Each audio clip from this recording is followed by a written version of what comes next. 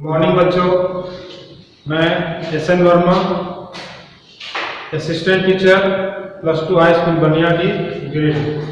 आप सभी को क्लास 10 के बच्चों के लिए भूगोल विषय का चैप्टर नंबर 2 वन एवं वन्य जीव संसाधन के बारे में पढ़ा।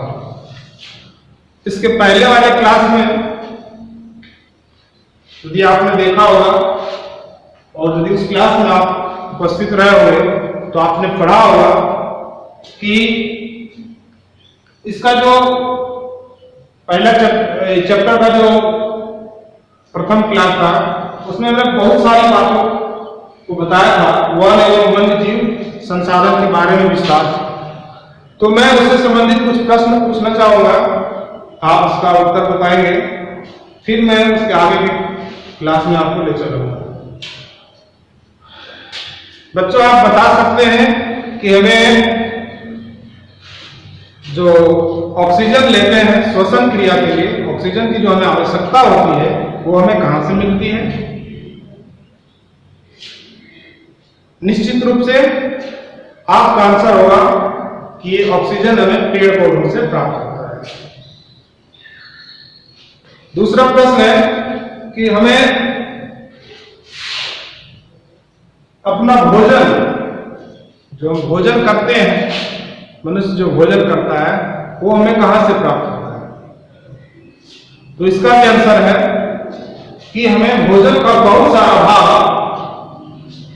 पेड़ पौधों से प्राप्त होता है, वनस्पतियों से प्राप्त होता है, और कुछ भाग जीव जंतुओं से भी प्राप्त होता है।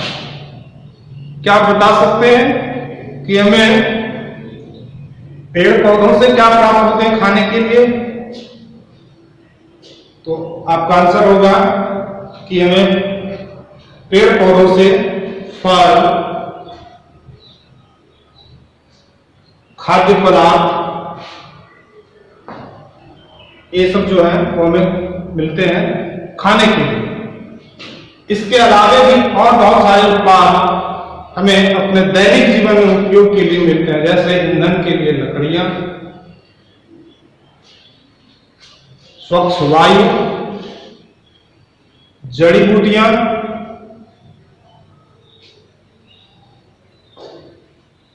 फर्नीचर के लिए लकड़ियां इत्यादि।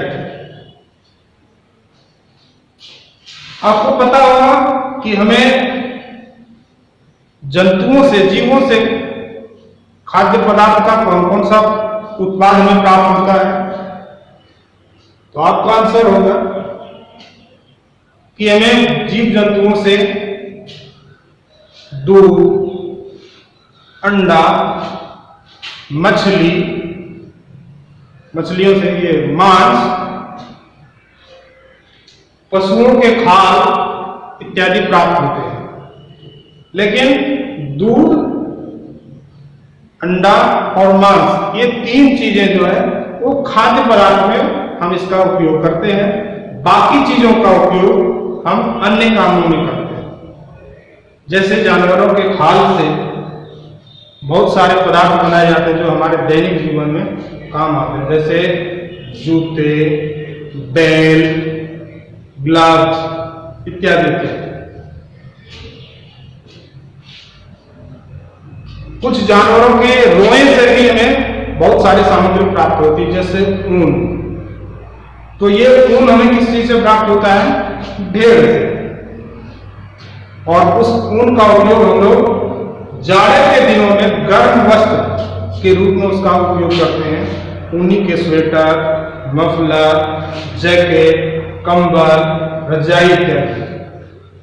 तो निश्चित रूप से ये सारे जो पेड़ पौधे हैं, जीव जंतु है, हमारे लिए बहुत ही उपयोगी और लाभदायक है, इसमें कोई दो राय नहीं है।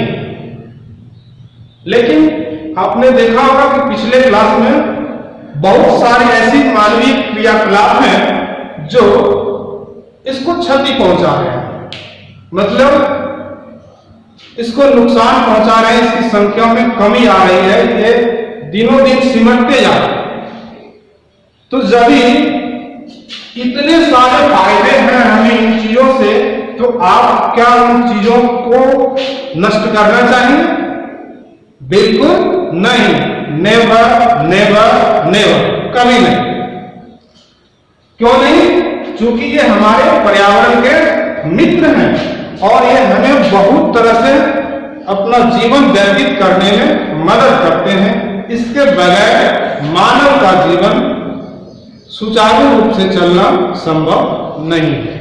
यदि हम इसका नाश करेंगे तो एक न एक दिन हमारे अस्तित्व पर भी ऐसा संकट आ पड़ेगा कि हमारा भी अस्तित्व समाप्त हो सकता है।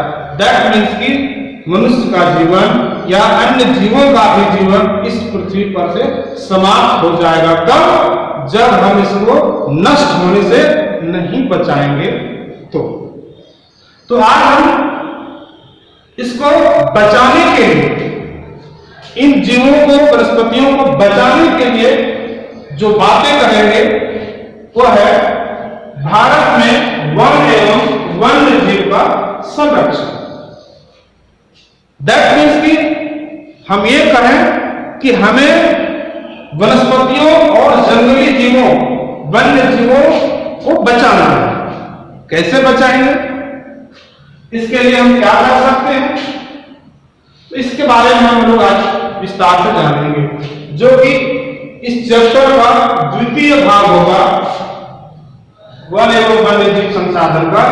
प्रथम भाग में हमने इसके पूर्व की बातों के बारे में विस्तार से देखा है, सीखा है और बहुत सारे कारणों पर हमने गौर किया है। आज हम इसके बचाने के बारे में बात करेंगे कि वन एवं वन्य जीव का संरक्षण क्यों आवश्यक है, हम कैसे इसका संरक्षण कर सकते हैं। भारत में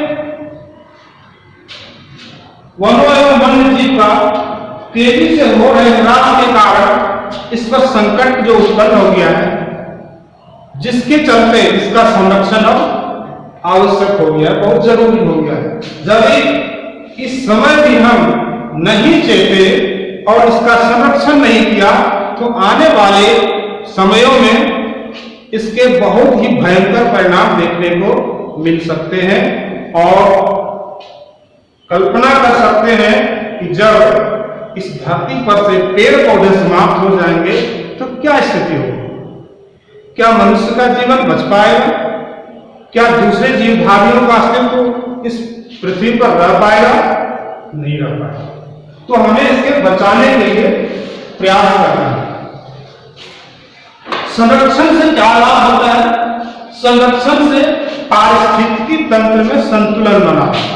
पिछले क्लास में हमने पारिस्थितिकी तंत्र की विस्तार से चर्चा की थी कि ये पारिस्थितिकी तंत्र क्या है और ये कैसे हमारी मदद करता है। पारिस्थितिकी तंत्र में हमने देखा था कि जितने भी जीव हमारे अड़ोस पड़ोस में रहते हैं वो और वनस्पतियां आपस में अंतरक्रिया करते हैं और एक तंत्र बनाते हैं। तो संरक्षण से उसी तंत्र को मजबूती मिलती है, उसमें संतुलन बना रहता है। इसलिए जीव जंतुओं का संरक्षण आवश्यक है। 1960 एवं 1970 के दशकों के दौरान पर्यावरण संरक्षकों ने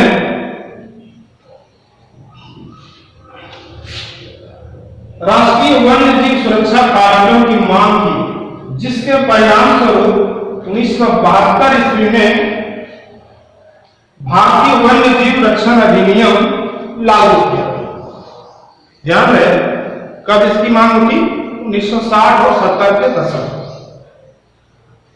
बहुत से पर्यावरणविदों ने यह मांग रखी कि वन्य जीवों के संरक्षण के लिए एक अधिनियम बनाएगा। जब अधिनियम बनेगा, एक्ट बनेगा, कानून बनेगा, तभी इन वनस्पतियों का, जो हमारे लिए बहुत ही महत्वपूर्ण है, ये जंगली जीवों का, वन्य जीवों का अस्तित्व जो खतरे में पड़ गया है, जो हमारे लिए बहुत महत्वपूर्ण है, उनका अस्तित्व बचाने के लिए सरकार की तरफ से यदि कोई ठोस पहल की जाए तो संभव है कि हम इसका संरक्षण कर सकेंगे। तो इसके लिए सरकार ने 1972 ईस्वी में वन्य जीव संरक्षण अधिनियम लागू किया। और जब यह अधिनियम लागू हुआ 1972 ईस्वी में, तो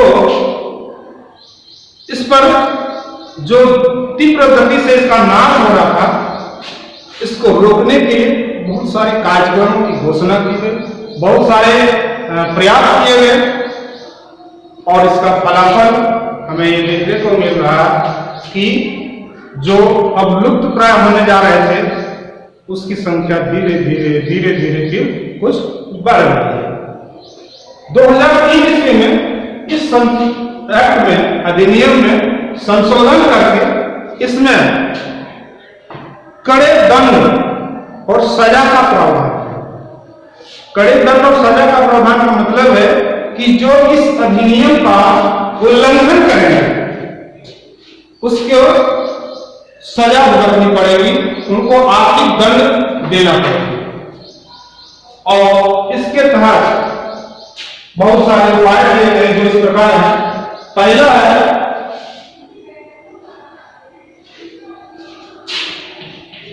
इस अधिनियम के तहत जो उपाय किए गए वो है जंगली जानवरों का शिकार पर प्रतिबंध।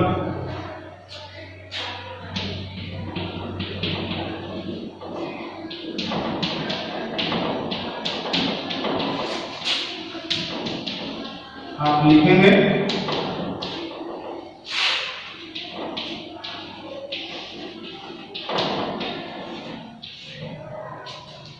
जो लोग वन्य जीवों को मार करके उसका मांस का व्यापार करते थे, खाते थे, चमड़े का व्यापार करते थे, उस पर अंकुश लगाने के लिए इस एक्ट में प्रावधान किया गया कि आज के बाद, मतलब 1972 में जब ये लागू हुआ, उसके बाद से किसी भी वन्य जीव को मारना, उसको नुकसान पहुंचाना, शिकार करने पर पूर्णतः बैन लगा, प्रतिबंध लगा। और यदि कोई इसके बाद भी किसी वन्य जीव को मारेंगे और यह प्रमाणित होगा तो उसे जेल के पीछे, जेल की सलाखों में डाल करके उसे कड़ी सजा दी जाएगी और आर्थिक दंड भी दिए जाने का प्रावधान किया गया। दूसरा था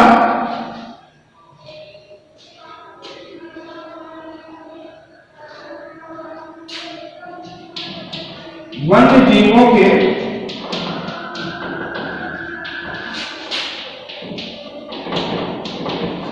व्यापार एवं पालतू बनाने पर प्रतिबंध।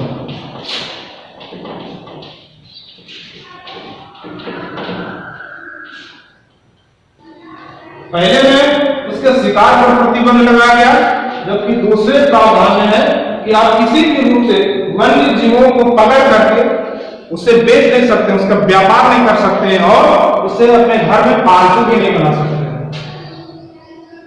इस पर भी प्रतिबंध लगाया गया। तीसरा है राष्ट्रीय उद्यान एवं वन्य जीव अभयारण्य की स्थापना।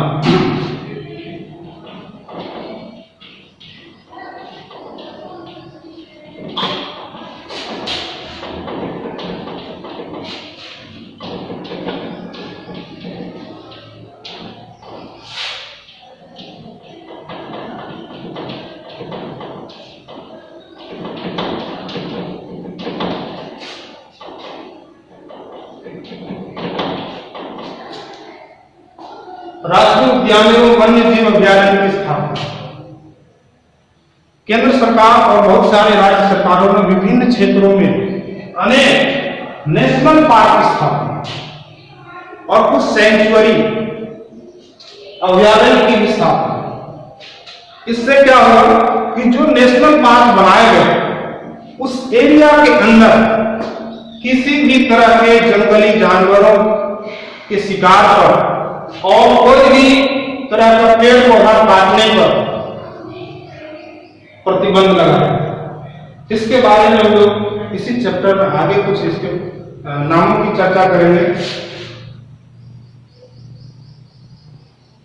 तो इस तरह से एक और है चौथा पॉइंट इसको हम यहाँ पर मिटा के लिखते हैं।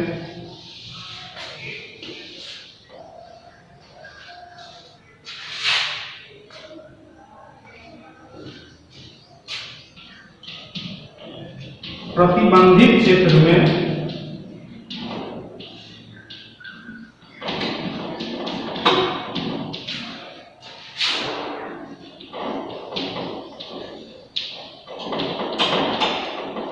वनस्पतियों एवं वन्य जीवों को किसी भी प्रकार से नुकसान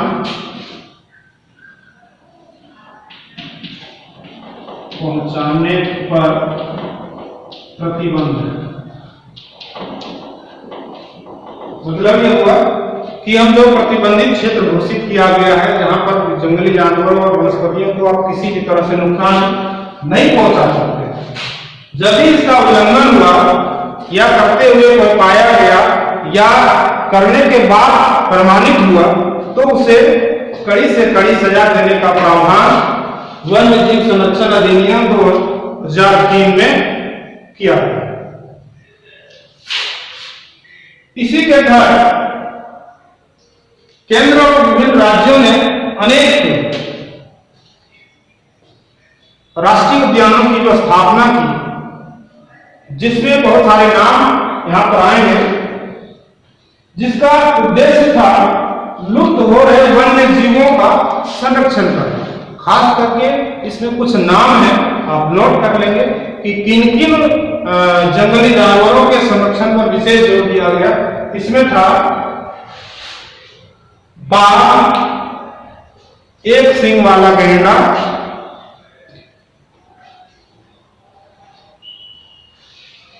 कश्मीरी हिरण या हंगुल, 3 प्रकार के मगरमच्छ।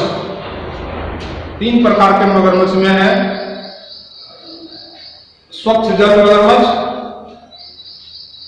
खारे पानी में पाए जाने वाला मगरमच्छ और घड़ियाल। एशियाई शेर, काला हिरण एवं चिंकारा। ये जो नाम हमने अभी गिनाया उसको ध्यान से सुनेंगे। बाघ जो भारत का राष्ट्रीय पशु भी है, एक सींग वाला भेड़ा, एशियाई शेर, 3 प्रकार के मगरमच्छ, स्वच्छ जल मगरमच्छ, खारे पानी का और घड़ियाल, चिंकारा, काला हिरण और कश्मीरी हिरण या हंगुल।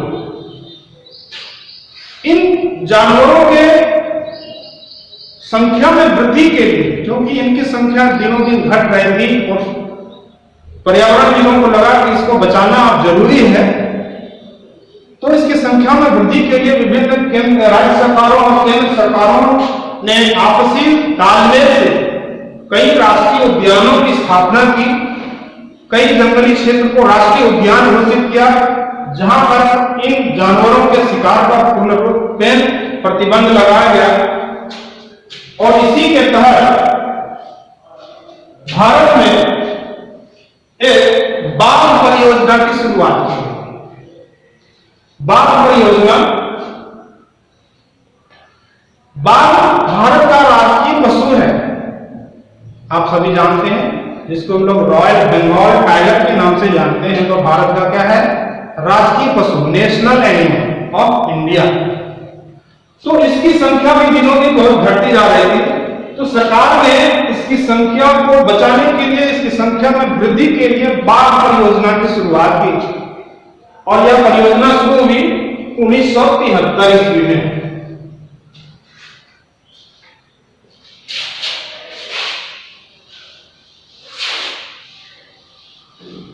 उन्नीस सौ 73 में बाघ परियोजना की शुरुआत हुई।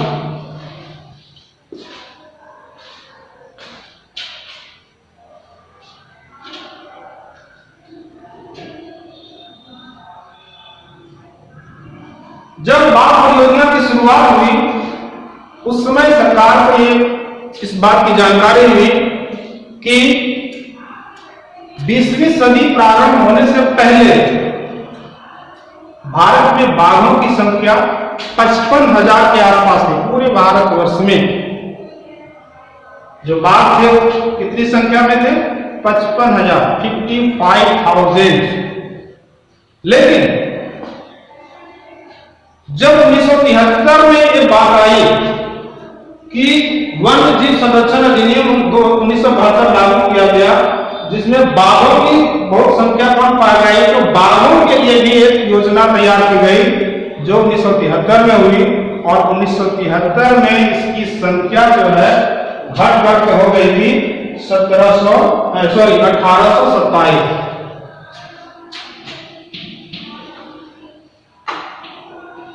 20वीं सदी के प्रारंभ में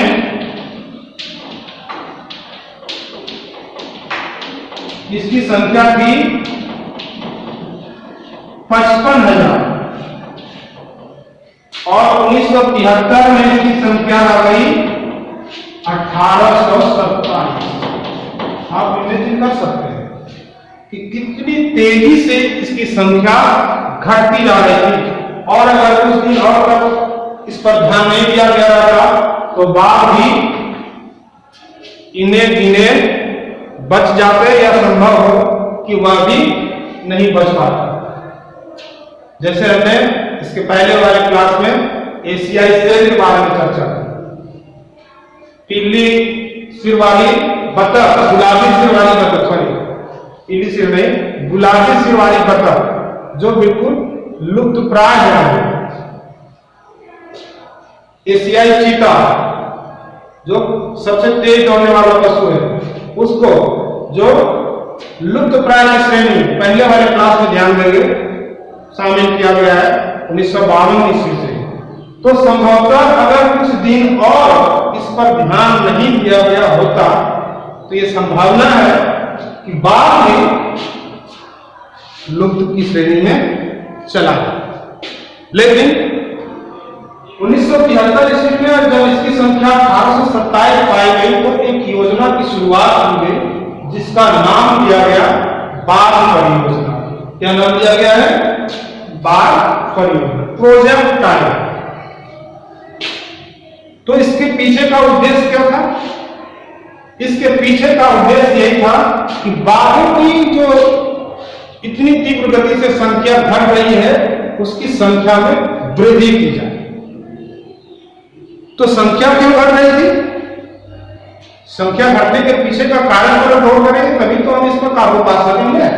तो संख्या घटने का वजह जो था वह था बाघों का शिकार करना। बाघ का खान बहुत कीमती होता है, विदेशी बाजारों में इसकी बहुत मांग है और लोग लागत के लिए बाघों का शिकार करते हैं। तो अब इस पर जब प्रतिबंध लगा तो 1973 ईस्वी में 9 नेशनल पार्क स्थापित किए, राष्ट्रीय उद्यान स्थापित किए, जिनका नाम यहां पर है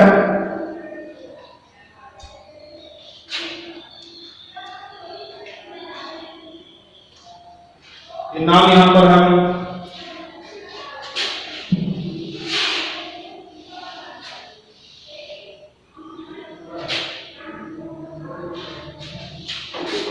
नोट कर रहे हैं आप लोग, नोट करेंगे।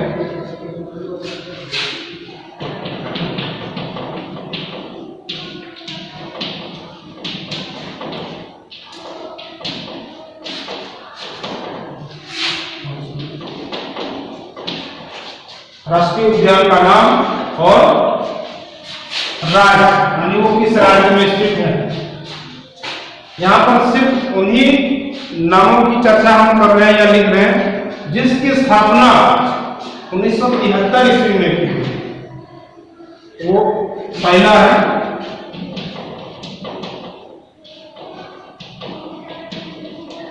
जिम कॉर्बेट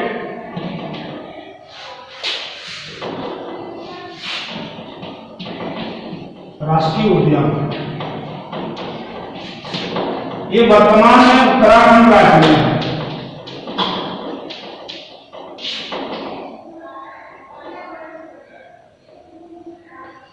जब इसकी स्थापना की गई थी उस समय ये किस राज्य में थे? उत्तर प्रदेश में। लेकिन अभी उत्तर प्रदेश से चूंकि उत्तराखंड अलग हो गया है, अब ये उत्तराखंड राज्य में स्थित है। दूसरा है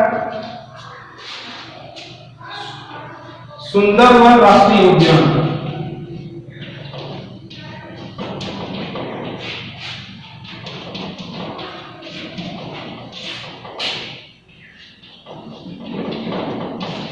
ये है पश्चिम बंगाल में।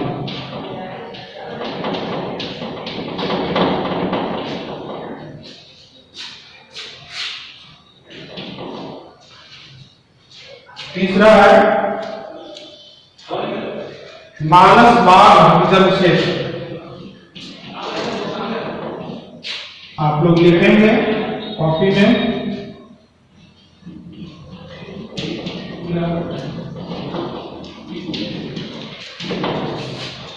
ये है आपका असम राज्य।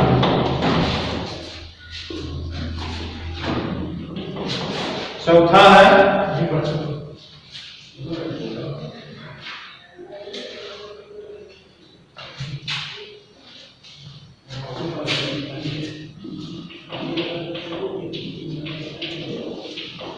बांदीपुर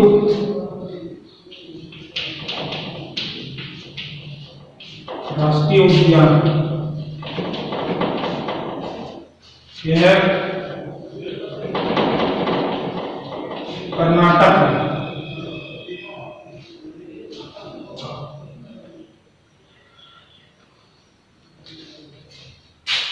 ऊपर लिख रहे हैं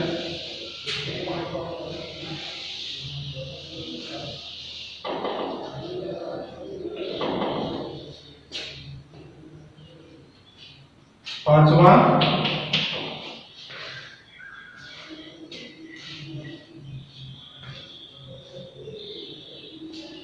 कान्हा राष्ट्रीय उद्यान।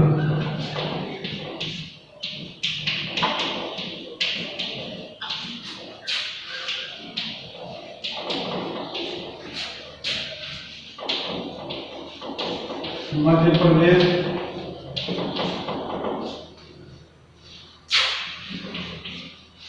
छठा है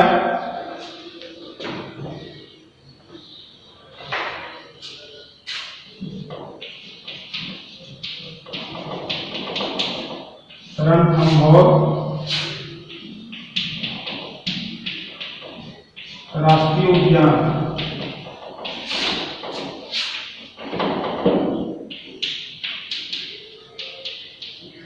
राजस्थान में। सातवां है बेतला नेशनल पार्क। यह बेतला राष्ट्रीय उद्यान आपका ये झारखंड में है। झारखंड के पलामू जिला में।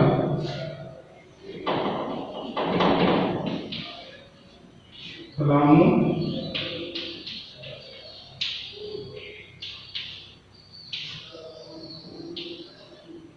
झारखंड।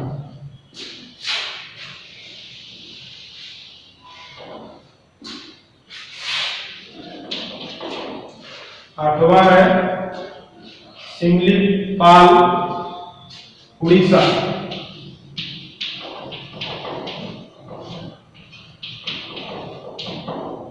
सिमलीपाल राष्ट्रीय उद्यान।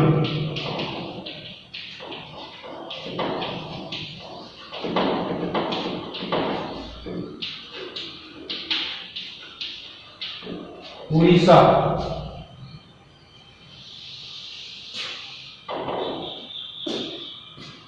और नौवां है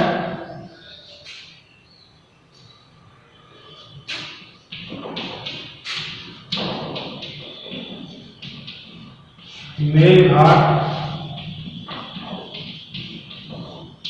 राष्ट्रीय उद्यान।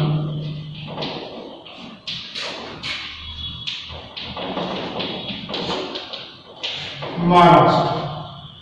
ये 9 राष्ट्रीय उद्यान जो सिर्फ बाघों के संरक्षण के लिए स्थापित किए गए हैं, जिसकी स्थापना 1973 ईस्वी में की गई। वर्तमान में इन राष्ट्रीय उद्यानों की संख्या 50 हो गई है, जिसकी स्थापना विभिन्न समयों में अलग अलग वर्षों में की गई है।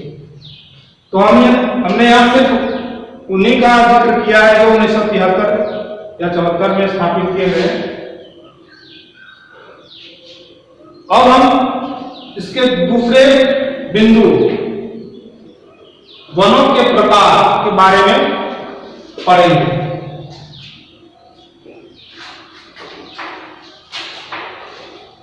इसको हम मिटाते हैं।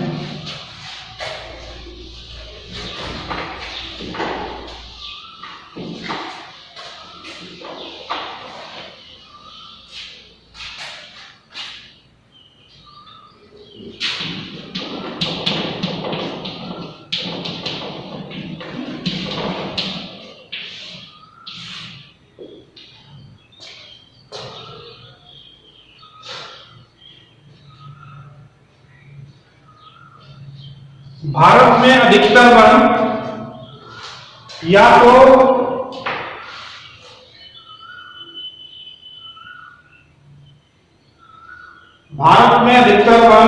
एवं वन्य जीव या तो प्रत्यक्ष एवं अप्रत्यक्ष रूप से सरकार के अधीन है, या तो फिर वन विभाग एवं कुछ दूसरे विभागों के साथ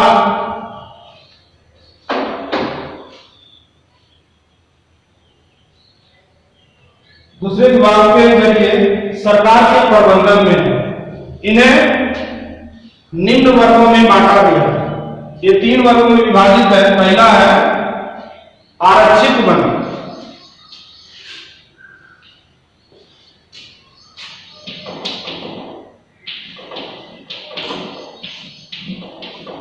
reserve forest.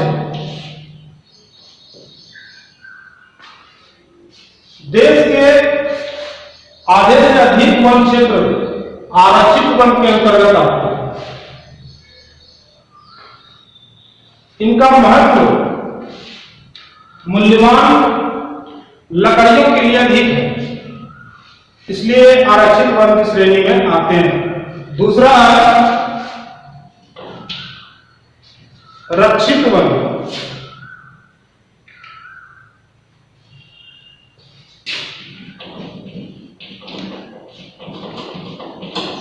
Protected forest.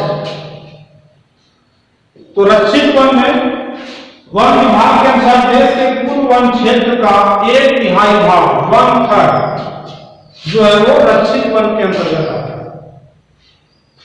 Protected, इसे और नष्ट होने से बचाने के लिए इसकी सुरक्षा की जाती है। और तीसरा है अवर्गीकृत वन।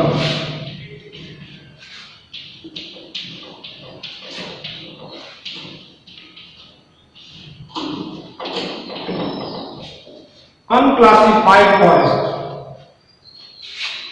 अन्य सभी प्रकार के वन तथा बंजर भूमि जो सरकार के अधीन है उसे अवर्गीकृत वन के रूप में परिभाषित किया गया, उसको रखा गया है।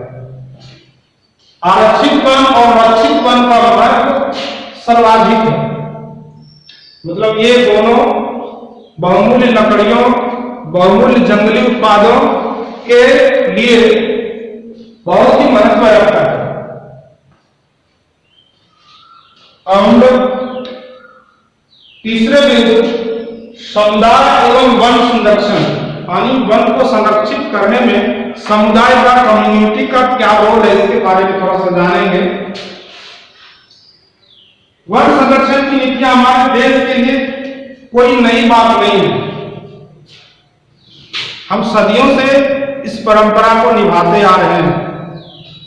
कहने का तात्पर्य है कि कुछ लोगों को जब छोड़ दिया जाए जो स्वार्थी विचारधारा के हैं, जिन्हें दूसरे के कल्याण के लिए कोई ये नहीं समझ में आता है कि इनका क्या महत्व है, लेकिन यदि बाकी लोगों को हम रखें तो इसमें अधिकांश लोग पर्यावरण का संरक्षण, जंगलों का संरक्षण अनादिकाल से करते आ रहे हैं, जिसको हम लोग समुदाय संरक्षण के रूप में जानते हैं। हमारे देश में कुछ जातियों का आवास भी है वन, अर्थात वो वन में ही रहते हैं, जंगलों में ही अपना घर बना करके रहते हैं, जिसके कारण उसकी पूरी जो जीवन शैली है, उसका सुबह से लेकर के देर रात शाम तक का जितने भी तरह का गतिविधि है वो वनों में ही संपादित होते हैं। तो आप मान सकते हैं कि उनके लिए जंगल कितना महत्वपूर्ण होता है। इसलिए वैसे लोग जंगलों को अनादिकाल से बचाते आ रहे हैं। इसके पीछे का बहुत सारा तर्क है। भारतीय समाज में अनेक संस्कृतियां हैं, अनेक कल्चर के लोग रहते हैं। कुछ लोग बहुत सारे तरह के पेड़ पौधों की पूजा भी करते हैं, बहुत सारे जानवरों की भी पूजा करते हैं। तो जो ऐसी प्रवृत्ति के लोग हैं, तो निश्चित रूप से उनके द्वारा इन चीजों का संरक्षण बहुत पहले से ही किया जाता रहा है और अभी भी वो अनवरत चल रहा है।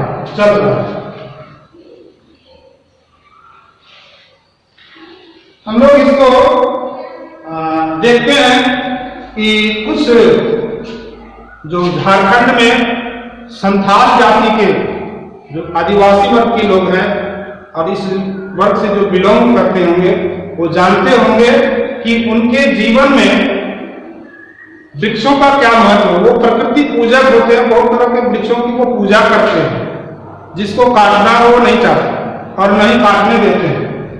इसमें महुआ के पेड़ और कदम के पेड़ ऐसे हैं जिसकी झारखंड के उत्तरी छोटा नागपुर के आदिवासी समुदाय इसकी रक्षा करते हैं और इसकी पूजा भी करते हैं। कुछ हिंदू परिवार में भी ऐसी परंपरा है कि शादी के समय, विवाह के समय आम की पूजा करते हैं। तो जो आम की पूजा करते हैं तो आम को तो वो काटना नहीं चाहते और उसको वो अपनी संतान की तरह ही मानते हैं, उसकी रक्षा करते हैं। इसी तरह का एक समाज है राजस्थान में, बिश्नोई समाज, नाम आपने सुना होगा और हाल के दिनों में ये चर्चा में भी रहा है। आप सभी बच्चे इस चीज से काफी वाकिफ होंगे। राजस्थान में बिश्नोई समुदाय के लोग हैं जो कई तरह के जंगली जानवरों को अपना इष्ट मानते हैं, उसकी पूजा करते हैं, उसकी रक्षा करते हैं, जिसमें काले हिरण, चिंकारा, मोर और इसी तरह के नीलगाय इत्यादि इत्यादि। ये बिश्नोई समाज के लोग जो है वो इन चीजों की इतनी रक्षा करते हैं कि जब भी कोई व्यक्ति इसको किसी भी तरीके से नुकसान पहुंचाने का प्रयास करता है तो वो इसका कड़ा प्रतिरोध करते हैं। आपको ज्ञात होगा सलमान खान एक बहुत बड़े स्टार है, सेलिब्रिटी है, जो अपने फिल्म की शूटिंग के लिए राजस्थान के जोधपुर में थे और शूटिंग के दौरान उन्होंने 2 काले हिरण का शिकार कर दिया और वो उसी बिश्नोई समुदाय वाले क्षेत्र से, बिश्नोई समुदाय के लोगों ने इसका कड़ा प्रतिरोध किया और उस पर FIR कर, यहां तक कि सलमान खान को जेल की सजा काटनी पड़ी। आप समझ सकते हैं कि इतने बड़े सेलिब्रिटी, इतने बड़े स्टार जब जेल जा सकते हैं तो एक आम आदमी क्यों नहीं जा सकता है। तो इसलिए हम इस बात पर जोर दे रहे हैं कि कोई भी जंगली जीव जानवर है वो हमारे लिए बहुत ही महत्वपूर्ण है। हमें उसका शिकार नहीं करना चाहिए, हमें उसको किसी भी तरीके से नुकसान नहीं करना चाहिए, हमें उसका रक्षण करना चाहिए, संरक्षण करना चाहिए ताकि आने वाली पीढ़ी भी उसका लाभ ले सके, उसके बारे में जान सके और इस तरह से हम अपने पर्यावरण को संरक्षित करने का संकल्प ले सकते हैं। जब भी पेड़ काटना आवश्यक हो तो उसके स्थान पर नए पेड़ भी लगाना बहुत ही बेहद जरूरी है। और हम बच्चों से यह कहना चाहेंगे कि यदि आप अपने जीवन में एक भी नया पेड़ लगाते हैं और वह पेड़ बड़ा बनता है तो आपका पर्यावरण के संरक्षण में बहुत बड़ा योगदान हो सकता है। इसी संकल्प के साथ इस महत्वपूर्ण चैप्टर को हम यहाँ पर समाप्त करते हैं। धन्यवाद। मैं इससे संबंधित कुछ प्रश्न आपको नोट कराता हूं, आप नोट करेंगे। जब आप इस चैप्टर को पूरा पढ़ेंगे, हमने तो बताया, फिर आप किताबों में भी इसको पढ़ेंगे, और जब किताबों में इसको ध्यान से पढ़ेंगे तो सारी बातें खुद ब खुद समझ में आ जाएगी और आप बहुत सारे प्रश्नों का जवाब देने में सक्षम हो जाएंगे। तो मैं कुछ प्रश्न दे रहा हूं होमवर्क के रूप में, आप नोट करेंगे, ठीक है। अपना कॉपी कलम निकाल लें बच्चों, और ध्यान रहे इस तरह का जो क्लास अभी हम लोग लॉकडाउन पीरियड में जो आपके लिए घर तक पहुंचा रहे हैं केबल टीवी के माध्यम से, तो जब भी आप इसको देखने के लिए, सुनने के लिए बैठें तो कॉपी कलम जरूर रखें, और किसी भी विषय का हो आप उसको जितनी भी महत्वपूर्ण बातों को संभव हो सके उसको नोट करें, और उसके आधार पर आप अपना पढ़ाई को जारी रखें। तो आज के लिए, इस चैप्टर के लिए जो महत्वपूर्ण प्रश्न है वो आप नोट करेंगे। पहला प्रश्न है कि वनों से हमें क्या लाभ है। वनों से हमें क्या लाभ है, आप इसको डिटेल में विस्तार से लिखेंगे।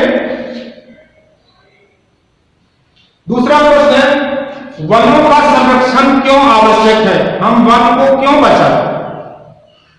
ये मिलता जुलता प्रश्न है दोनों, लेकिन दो प्रश्न अलग अलग है, तो इसको भी लिखेंगे। तीसरा है वन संरक्षण अधिनियम कब लागू किया, भारत में वन संरक्षण अधिनियम कब लागू किया गया, इसका आंसर आपको पता होगा। नेक्स्ट क्वेश्चन है भारत में प्रोजेक्ट टाइगर रिजर्व की शुरुआत कब की गई और इसका उद्देश्य क्या है। भारत में प्रोजेक्ट टाइगर की शुरुआत कब की गई और इसका उद्देश्य क्या है। नेक्स्ट क्वेश्चन हो गया जिम कॉर्बेट नेशनल पार्क किस राज्य में स्थित है। जिम कॉर्बेट नेशनल पार्क किस राज्य में स्थित है। और एक और प्रश्न है कि झारखंड में कौन सा टाइगर रिजर्व स्थित है और यह किस जिले में है। झारखंड में कौन सा टाइगर रिजर्व और किस जिले में स्थित है। इतने सारे प्रश्नों का, और जब किताब पढ़ेंगे इस तरह के बहुत सारे प्रश्नों का आपके पास कलेक्शन होगा, आप उनको भी नोट करेंगे और एक बहुत अच्छी प्रश्नावली आपके पास तैयार हो जाएगी, और इस तरह से आप इससे संबंधित किसी भी प्रश्न का उत्तर देने में सक्षम होंगे। धन्यवाद।